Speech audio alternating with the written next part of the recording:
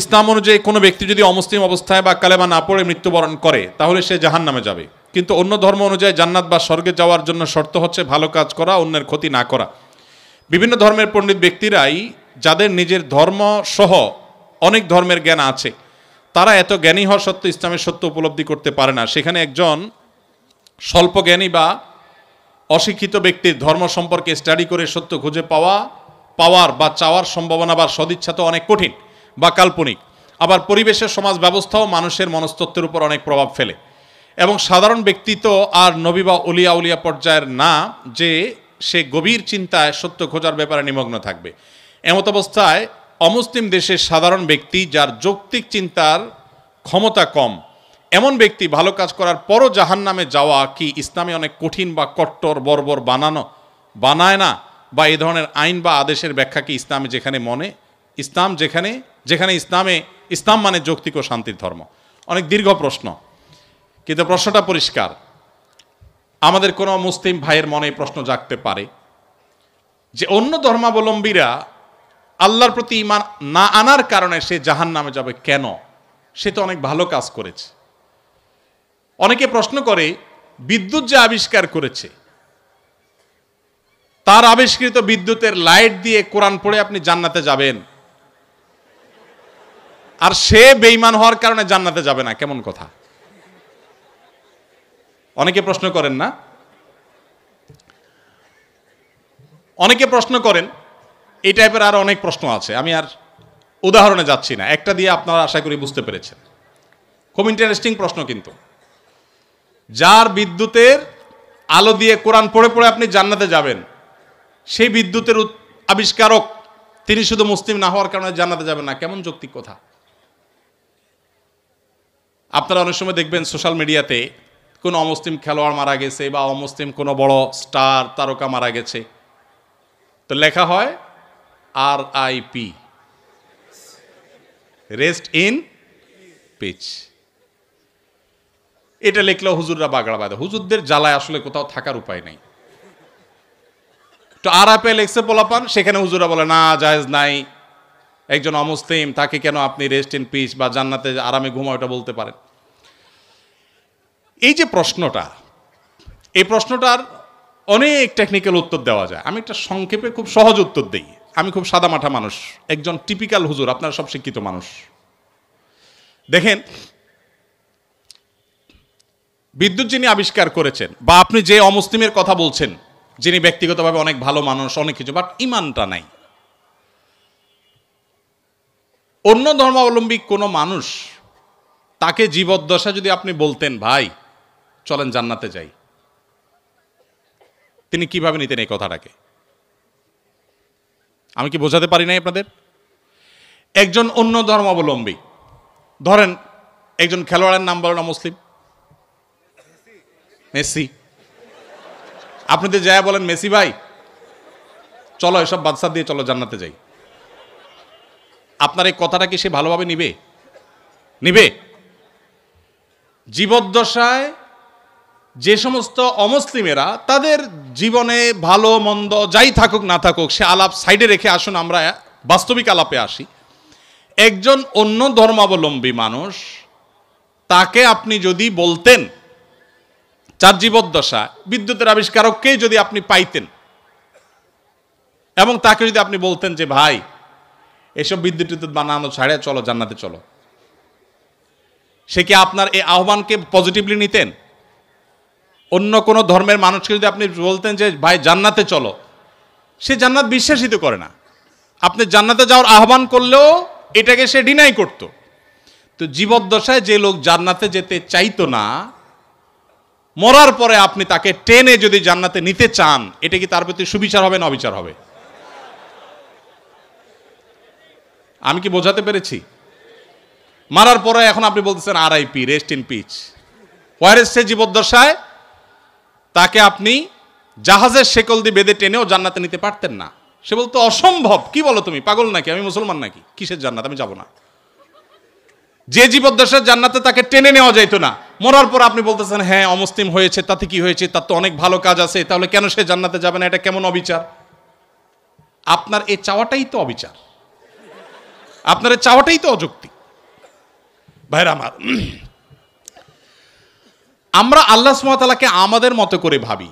আমরা চিন্তা করি একটা মানুষের সব ঠিক আছে, শুধু ঈমানটা একটু নাই, শুধু ঈমানটা নেই, আর সব ঠিক আছে। শুধু ঠিক আছে না, আমাদের মুসলমানদের চাইতে অনেক বেশি ডিসিপ্লিন মেনটেন করে, অনেক মাশাআল্লাহ তাদের আচার আচরণ সুন্দর, পারতপক্ষে কোনো পশুকে কষ্ট দেয় না, যদিও মুসলমানকে বোমা মারে, অনেক ভালো ভালো গুণ আছে। এত ভালো একটা মানুষ, এরা জান্নাতে যাবে না, কেমন কথা হলো? সবই আছে, শুধু ঈমানটা নেই। ব্যাপারটা কেমন হয়েছে? ধরুন এই যে মোবাইল ব্যাংকিং, নগদ, বিকাশ, সেটা এম ক্যাশ, অনেকগুলো আছে। মোবাইল ব্যাংকিং বা এই যে ডিজিটাল পৃথিবীতে যে অ্যাকাউন্ট নম্বর, এই টেকনোলজি সম্পর্কে কোনো ধারণা নাই। আফ্রিকার জঙ্গল থেকে একটা মানুষকে আপনি তুলে আনলেন, যেই লোকটা, বা আফ্রিকার জঙ্গল যাওয়া লাগবে না, আমাদের দেশে এখনো অনেক মানুষ এমন থাকতে পারে, কোনো গ্রামে গঞ্জের চিপা চাপায় এমন কোনো মুরব্বী বৃদ্ধ মানুষ থাকতে পারে যে এগুলো কিছু বুঝেন না, যে নাম্বারগুলা ভ্যালু কি। এরকম কোনো মানুষের সামনে ধরুন দুটা লোক ঝগড়া করছে তাদের পাওনা টাকা নিয়ে, একজন পাওনাদার আর একজন দেনাদার। পাওনাদার ঝগড়া করছে যে আমি যেই নাম্বার দিলাম, তুমি সেই নাম্বারে টাকাটা না দিয়ে আরেক নাম্বার দিছো, তুমি এত বড় একটা ভুল করলা, টাকাটা আমি পাইলাম না, আমার দরকার ছিল, তোমার সাথে কমিটমেন্ট ছিল, তুমি দিবা, কেন দিলা না? এটা নিয়ে তিনি খুব ঝামেলা করছে। আর ওই বেচারা বলতেছে, ভাই সবই ঠিক আছে, শুধু একটা ডিজিট ভুল হয়েছিল, জাস্ট একটা ডিজিট, টাকা তো আমি ভাই পুরাটাই দিছি, 10,000 দিছি, একটা ডিজিট ভুল হয়েছে, এত চিল্লাচিল্লির কি আছে ভাই? আরেক ভদ্রলোক তিনিও দেনাদার, তিনি 10,000 জায়গায় মাত্র 2,000 দিয়েছেন, তিনিও 10,000 দেনা ছিলেন। তার ব্যাপারে সে এতটা রাগারাগি করছে না, বলছে ভাই 2,000 দিছো, তাও তো দিছো, আমার অ্যাকাউন্টে আসছে ঠিক মতো, ভালো, আর বাকিটা দিয়ে দিও টাইম মতো, ঠিক আছে। এখন ওই যে বৃদ্ধ চাচা, যে এই টেকনোলজি সম্পর্কে কোনো ধারণা নাই, সে চাচা এসে এখন বলতেছে, ভাই একটা লোক 2,000 দিল, তুমি খুশি হয়ে গেলা, আর এই বেচারা 10,000 দিল, 10,000 দিছে, পুরাটাই দিছে, লাগলে আরো 2,000 হয়তো বাড়াইয়াও দিছে, শুধু একটা ডিজিটের ভুলের কারণে এত চেতাচেতির কি আছে? এই চাচাকে কেউ বুঝাতে পারবে? কেন বুঝাতে পারবে না? কারণ এই টেকনোলজিটা তার জানা নাই। ভাইরা আমার, আমাদের অনেক বন্ধু আছেন যারা আল্লাহর অনেক বিধানকে, শরিয়ার অনেক বিধানকে, কোরআনের অনেক নির্দেশকে তাদের লজিক দিয়ে তারা বিচার করে। এটা তো ইলজিক্যাল, এটা তো অযৌক্তিক। আরে ভাই, আরবিতে একটা প্রবাদ আছে, আল ইনসানু আদাউল লিমা জাহিলু, মানুষের কাছে যে বিষয়ে অজানা থাকে সেটা তার কাছে শত্রু মনে হয়। আপনি যে টেকনোলজি জানবেন না সেটা আপনার কাছে ইলজিক্যাল মনে হবে। বিদ্যুৎ আবিষ্কার হয়েছে আজ থেকে কত বছর আগে?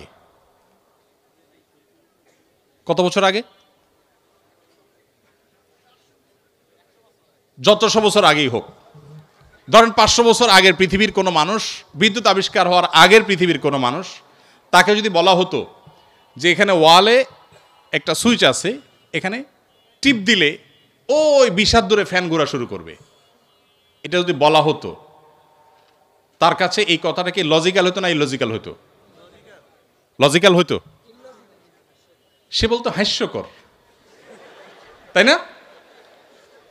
ফেসবুকীয় ভাষায় সে বলতো কি, জাস্ট হাস্যকর। টিপ দিবা এখানে ওয়ালে, ফ্যান ঘুরবে 20 হাত দূরে, কিভাবে সম্ভব? ফালতু কথা, গল্পের আর জায়গা পাও না মিয়া, কারণ সেই টেকনোলজিটা জানা নাই। মানুষের তৈরি টেকনোলজি সম্পর্কে এতটুকু গ্যাপ থাকার কারণে যদি কোনো কিছু তার কাছে ইলজিক্যাল মনে হয়, মানুষের সৃষ্টিকর্তা, মানুষের এই ব্রেইনের সৃষ্টিকর্তা আল্লাহ রাব্বুল আলামিনের কাছে তার কোনো আদেশ, তার কোনো নিষেধ, এটার যৌক্তিকতা বাহ্যিক দৃষ্টিকোণ আমার বুঝে আসছে না, তার টেকনোলজি আমি ধরতে পারছি না। ওই যে একটা ডিজিটে বললে কি হয়েছে, শুধু ঈমান নাই তাতে কি হয়েছে, এই টাইপের কথাবার্তা অনেকটা সেরকম শিশুসুলভ কথাবার্তা। আল্লাহ তাআলা আমাদেরকে বুঝার তৌফিক দান করুন।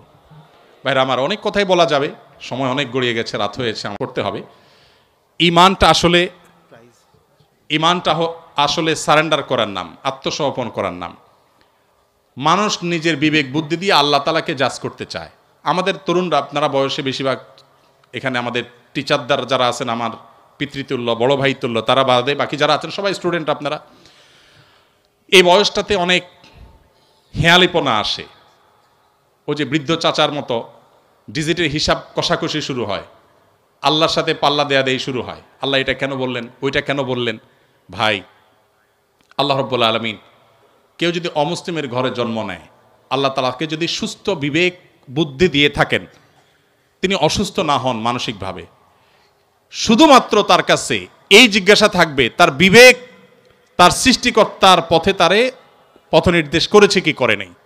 যদি করে থাকে, আল্লাহর একত্ববাদের বিশ্বাসটা শুধু থাকে, আর কোনো বিধান আল্লাহর নাও মানে, গতানুগতিকভাবে সে মুসলমান নাও হয়, তার কাছে ইসলামের দাওয়াত যদি না যায়, তাহলে সে ইসলামের সহিত দৃষ্টিকোণ থেকে মুক্তি পেয়ে যাবে আখিরাতে।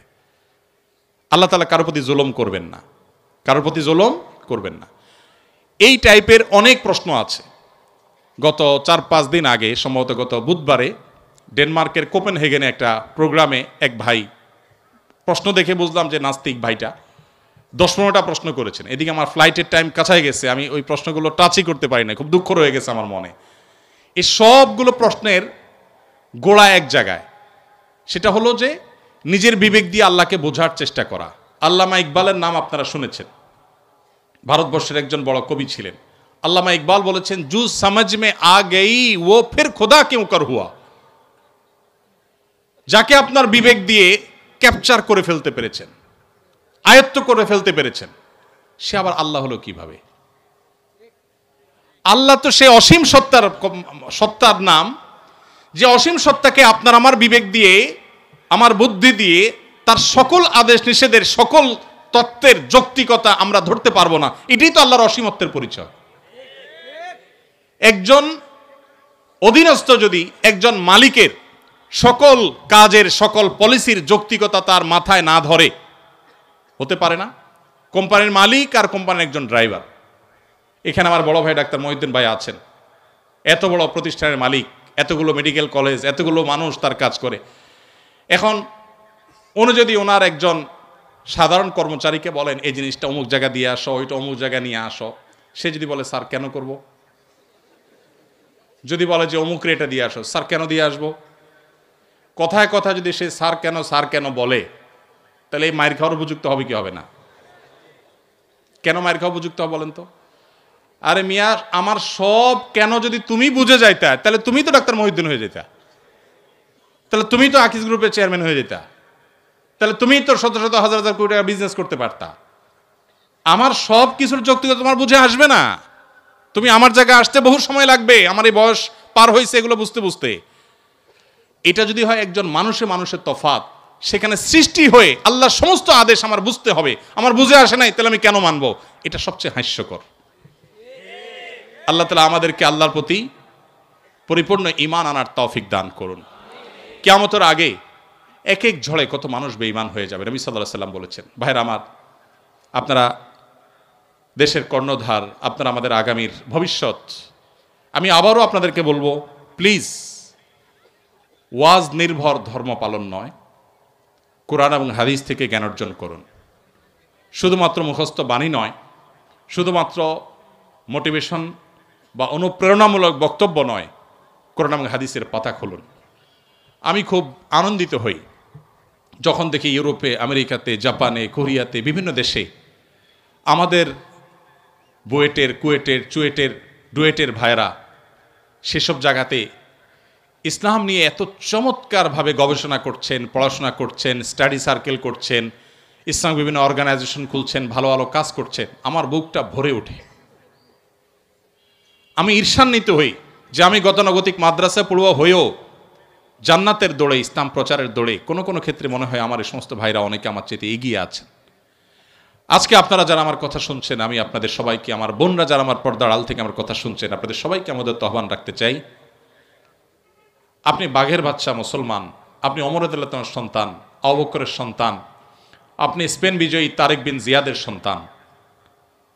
মেডিকেল সায়েন্স থেকে নিয়ে কোরআনিক সায়েন্স পর্যন্ত এমন কোনো সেক্টর না যে সেক্টরে মুসলমানদের সোনালী অতীত ছিল না।